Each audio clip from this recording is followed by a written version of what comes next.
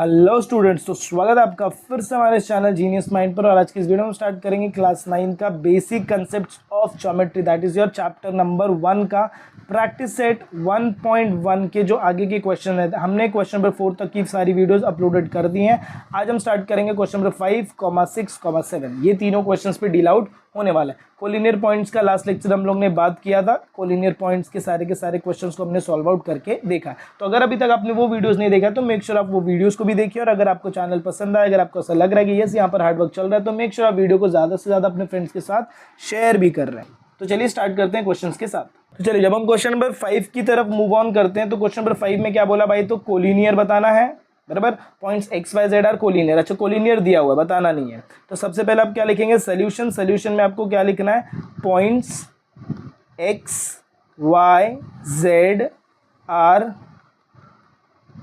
Collinear points. अगर ये लोग कोलिनियर पॉइंट्स हैं, इसका मतलब क्या हो जाएगा भाई, तो X dash Y dash Z हो जाएगा। मतलब ये स्टेटमेंट आपको जब याद रखना, जब भी आपको कोलिनियर पॉइंट्स देंगे तो आप ऐसे डायग्राम्स बना लीजिए, एक्स वाई जेड। अब आपको क्या करना है, देखो डिस्टेंस एक्स वाई का डिस्टेंस आपको यहाँ से यहाँ तक का डिस्टेंस आपको कितना दिया है 17, वाई जेड यहाँ से यहाँ तक का डिस्टेंस कितना दिया है 8, और आपको फाइंड करना है डिस्टेंस एक्स जेड। मतलब ये पूरा डिस्टेंस आपको क्या करना है भाई, तो फाइंड करना है।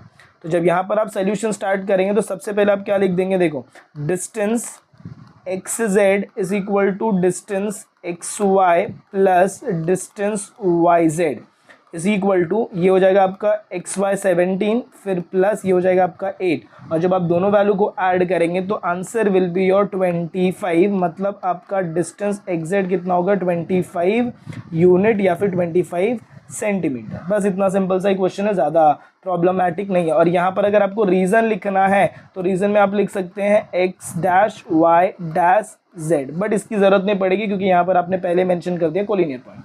तो अब आपको क्वेश्चन समझ में आ जाएगा। Let's move on to the next question, that is our question number 6 की तरफ। चलिए 6 में क्वेश्चन नंबर 1 अगर मैं स्टार्ट करूँ तो इसमें क्या बोला, पहले तो स्केच प्रॉपर फिगर। अभी जो पिछले वाले क्वेश्चन में मैंने डायग्राम बनाया ना, वो डायग्राम इसीलिए बनाया क्योंकि आगे के क्वेश्चंस में आपको डायग्राम पूछेंगे। And right the answers of the following question. तो ये देखो डायग्राम बनाने के लिए इसी पार्ट को खाली आपको एक्सटेंड करना है। इसका मतलब क्या कि जब आप सोल्यूशन लिखेंगे तो ये डायग्राम छोटू दिख रहा है, अब इसी को मैं बड़ा डायग्राम बनाऊंगा। मतलब ऐसे लिखूंगा ए, फिर बड़ा लाइन, फिर सेंटर में बी, फिर बड़ा लाइन, फिर यहाँ पर सी। बस काम हो गया मेरा। अब मुझे क्या करना है, वैल्यूज को पुट अप करना है। देखो ए सी का वैल्यू कितना 11, मतलब यहाँ से यहाँ तक का वैल्यू कितना दिया है 11 दिया है। फिर बी सी का वैल्यू मतलब यहाँ से यहाँ तक का वैल्यू आपको कितना दिया है, तो भाई 6.5 दिया है। देन फाइंड ए बी मतलब आपको ये वैल्यू फाइंड करना है। अब जब आप इसको स्टार्ट करेंगे तो सबसे पहले आप क्या लिखेंगे, ध्यान से सुनिए। आप लिखेंगे point A comma B comma C are collinear points. कैसे पॉइंट्स है भाई, तो ये कोलिनियर पॉइंट्स हैं। और अगर ये आपके कोलिनियर पॉइंट्स हैं तो आप इनको कैसे लिखेंगे, ध्यान से सुनिए। आप लिखेंगे A C is equal to A B plus B C. थोड़ा और इसको अच्छे से लिखने के लिए लेंथ यहाँ पर भी आप एल लिख दीजिए। एल का मतलब होगा length, A C is equal to length A B plus B C. अब ए बी का वैल्यू आपको दिया नहीं है, ए सी का वैल्यू को कितना दिया 11 दिया, तो यहाँ पर ए सी की जगह आप क्या लिखेंगे भाई, तो 11 लिखेंगे। लेंथ ए बी कुछ नहीं दिया तो ए बी ऐसी रखिए, प्लस लेंथ बी सी का वैल्यू आपको कितना दिया 6.5, तो you will put 6.5 over here. अब इसको आपको सॉल्व करना है तो 11 इधर रहेगा, ये प्लस है इस साइड आएगा, तो minus 6.5 is equal to your length A B. अब ये हो गया आपका, देखो ये हो जाएगा 11, जब आप इसमें से 6.5 माइनस करेंगे ये डॉट 0, ये हो जाएगा आपका 10, ये हो जाएगा आपका 0, 10 माइनस 5 हो जाएगा 5, 10 माइनस 6 कितना हो जाएगा 4 हो जाएगा। तो जब आप यहाँ पर लिखेंगे तो ये आंसर होगा 4.5 is equal to your length of A B. तो आई होप आपको ये समझ में आ गया कि लेंथ ऑफ ए बी आपको इसमें कैसे मिलेगा।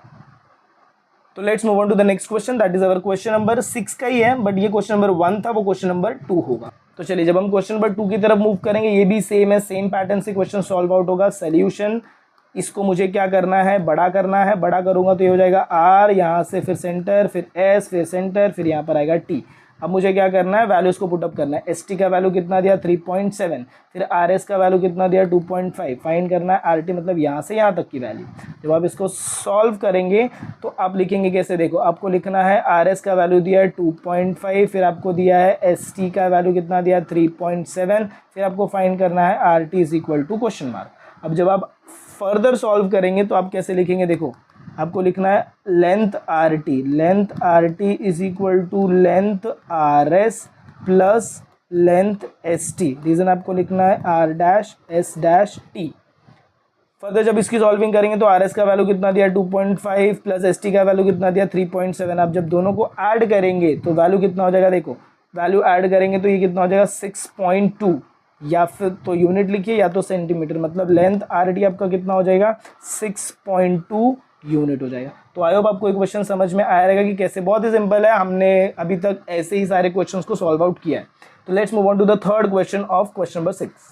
चलिए जब हम क्वेश्चन नंबर 6 का थर्ड क्वेश्चन चेकआउट करेंगे, इधर रूट है तो रूट देख के डरना मत, क्योंकि जब भी रूट रहेगा तो क्वेश्चन और ज़्यादा सिंपल हो जाता है। चलिए जब इसके साथ हम सोल्यूशन स्टार्ट करेंगे तो मैंने क्या बोला था, इसी को हम एक्सपांड करते हैं, मतलब यहाँ पर मैं लिखूंगा x, फिर यहाँ पर मैं बड़ा करूंगा, फिर मैं y, फिर मैं बड़ा करूंगा, फिर मैं यहाँ पर लिखूंगा z।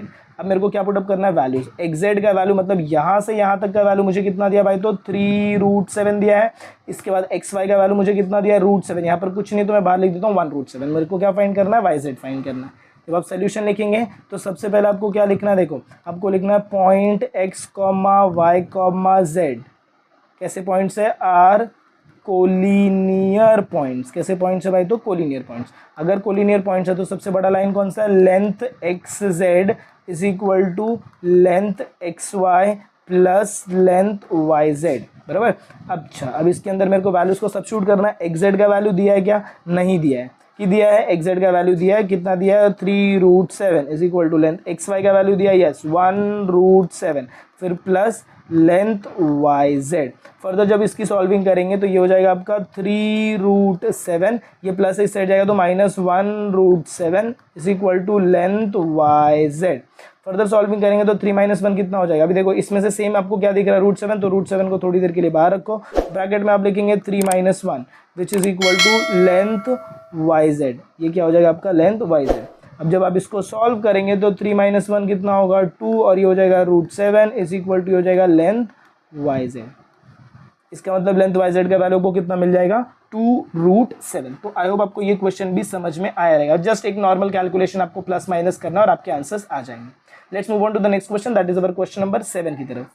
Which figure is formed by 3 non collinear points. देख भाई अगर 3 कोलिनियर पॉइंट्स होते हैं तो एक सिंगल स्ट्रेट लाइन बनता है। तो कभी कभार आपको ऐसे क्वेश्चन भी पूछ देंगे कि 3 कोलिनियर पॉइंट्स या फिर 4 कोलिनियर पॉइंट से कैसा फिगर फॉर्म होता है, तो वहां पर बनता है स्ट्रेट लाइन। बट अगर 3 नॉन कोलिनियर पॉइंट्स है, रैंडमली कहीं पर भी प्लेस कर रहे हो और अगर आप इन्हें ज्वाइन करते हो तो यहां पर आपका जो फिगर बनता है दैट इज योर ट्रायंगल। तो आपको आंसर में क्या लिखना है, triangle is the figure formed by 3 non collinear point. तो आई होप आपको ये क्वेश्चन भी अच्छे से समझ में आया रहेगा। इसी के साथ हम प्रैक्टिस सेट 1.1 को कंप्लीट करते हैं। तो मिलेंगे अगले वीडियो में प्रैक्टिस सेट 1.2 के कंटिन्यूएशन के साथ। तब तक के लिए have a good day and take care. अगर आपको वीडियो पसंद है तो प्लीज वीडियो को ज्यादा से ज्यादा अपने फ्रेंड्स के साथ भी शेयर करिए।